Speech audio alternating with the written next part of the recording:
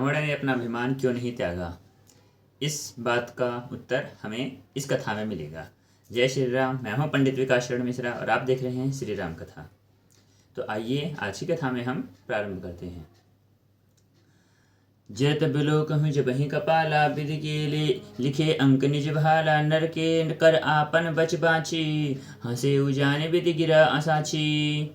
मस्तकों के जलते समय जब मैंने अपने ललाटों पर लिखे हुए विधाता के अक्षर देखे, तब मनुष्य के हाथ से अपनी मृत्यु होना बाँचकर विधाता की वाणी को, लेखों को असत्य जानकर मैं हंसा। अर्थात रावण यह कहता है कि जब उसने अपने शीश काट काट करके प्रभु शंकर जी को चढ़ा दिए और उससे प्रसन्न होकर के प्रभु ने उसको ढेर सा वरदान दिए, उसके पश्चात जब उसने अपने ललाट पर लिखे माथों पर जो भगवान शंकर जी ने अक्षर लिखे थे, उसके मृत्यु का तरीका बताया था, जब उसने उनको पढ़ा तो वह अत्यंत हंसा, क्योंकि उसकी मृत्यु एक मनुष्य के हाथों लिखी गई थी और वह यह सोच रहा था कि विधाता ने मेरे भाग्य में क्या ही लिख दिया। यह बात तो सर्वथा असत्य है। सो मन समझी त्रास नहीं मोरे, लिखा बिरंची जरठमति भोरे। आन बीर बल सठ मम आगे, पुनि पुनि कहसी लाजपति त्यागे। उस बात को समझकर स्मरण करके भी मेरे मन में डर नहीं है, क्योंकि मैं समझता हूँ कि बूढ़े ब्रह्मा ने बुद्धि भ्रम से ऐसा लिख दिया है। अरे मूर्ख, तू लज्जा और मर्यादा छोड़कर मेरे आगे बार बार दूसरे की वीरता बल को कहता है। कह अंगद सज्जल जग माहे, रावण तो ही समान को नाहे। लाजवंत तव सहज स्वभाव, निज मुख निज गुणी कहा न काऊ। अंगद ने कहा, रे रावण, तेरे समान निर्लज यानी कि लज्जावान जगत में कोई नहीं है। लज्जाशीलता तो तेरा सहज स्वभाव ही है। तूने अपने मुख से अपने गुणे कभी नहीं कहता। सिर अरुशैल कथा चित रही, ताते बार 20 तय कहे। सो भुज बल राखे उर्घाली, जिते सहस बाहु बलिबाली। अर्थात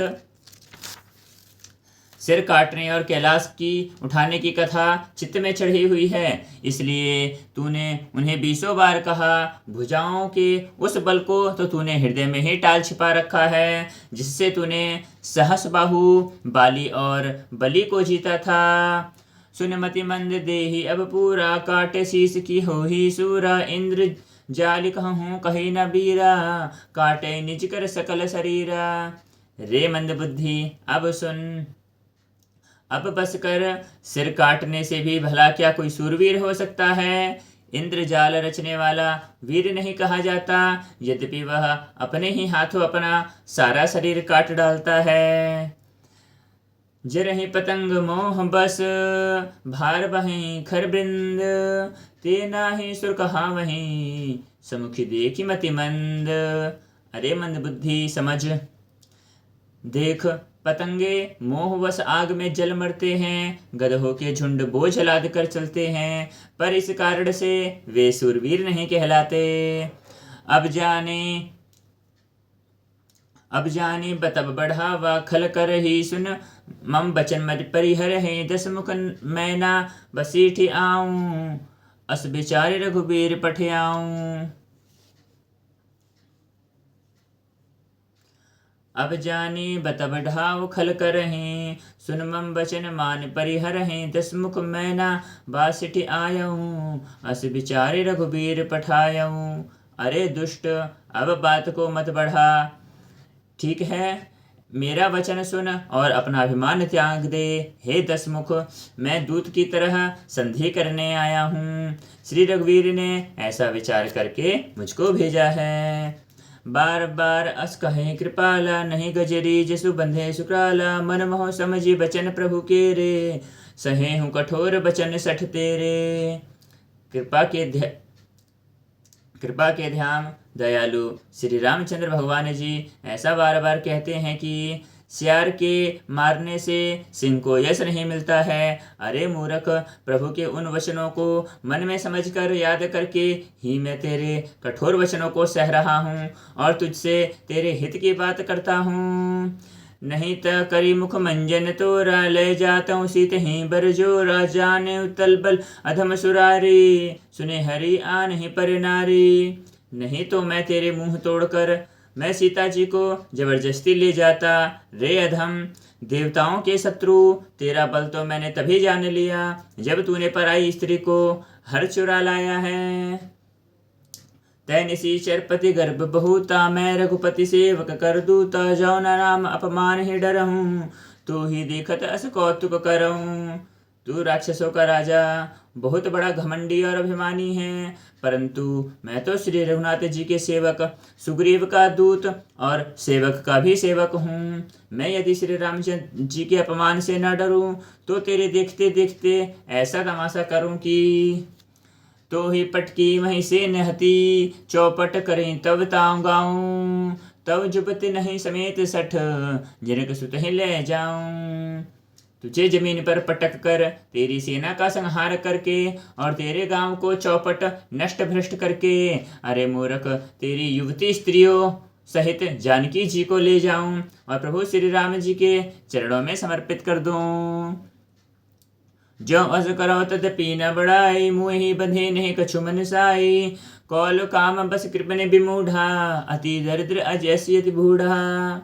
यदि मैं ऐसा करूं तो भी इसमें कोई बड़ाई नहीं है। मरे हुए को मारने में कुछ भी पुरुषत्व बहादुरी नहीं है। वाम मार्गी, कामी, कंजूस, अत्यंत मूढ़, अति दरिद्र, बदनाम, बहुत बूढ़ा। सदा रोग बस संतत क्रोधी, विष्णु विमुख श्रुति संत विरोधी। तनु शोषक निंदक अघगानी, जीवत सम 14 प्राणी। नित्य रोगी, निरंतर क्रोधयुक्त रहने वाला, भगवान विष्णु से विमुख, वेद और संतों का विरोधी, अपने ही शरीर का पोषण करने वाला, पराई निंदा करने वाला और पाप की खान, महान पापी। यह 14 प्राणी जीते जी मुर्दे के समान माने गए हैं। अस विचारी खल बंधव न तो ही, अस जाने रिज उपजावसि मोहे। सुन सकोप कह निशीचर नाथा, अधर दसंद सिमी जय हाथा। अरे दुष्ट, ऐसा विचार कर मैं तुझे नहीं मारता। अब तू मुझ में क्रोध पैदा ना कर, मुझे गुस्सा ना दिला। अंगद के वचन सुनकर राक्षस राज रावण दांतों से होंठ काटकर क्रोधित होकर हाथ मलता हुआ बोला, रे कपि अधम मरनी अब चहें, छोटे बदन बात बड़े कहें।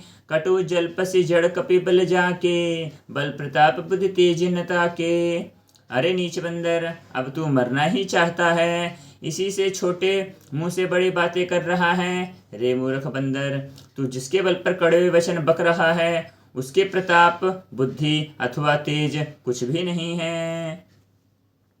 अगुण अमान जानी तो ही दीन है पिता वनवास, सो दुख दरु जुबती बिरह, पुनि निसी दिन मम त्रास। उसे गुणहीन मानहीन समझकर ही तो पिता ने वनवास दे दिया उसे। एक तो वह उसका दुख और उस पर उस युवती स्त्री विरह, और फिर रात दिन मेरा डर बना रहता है। जिनके बल कर गर्भ तो ही ऐसे मनुज अनेक, खाही निशाचर दिवस निसी, मूड समझो तजिटेक। अर्थात जिनके बल का तुझे गर्व है, ऐसे अनेक मनुष्य को तो राक्षस दिन रात खाया करते हैं। अरे मूड, जिद छोड़कर समझ विचार कर। जय श्री राम। आगे की कथा हम कल पढ़ेंगे।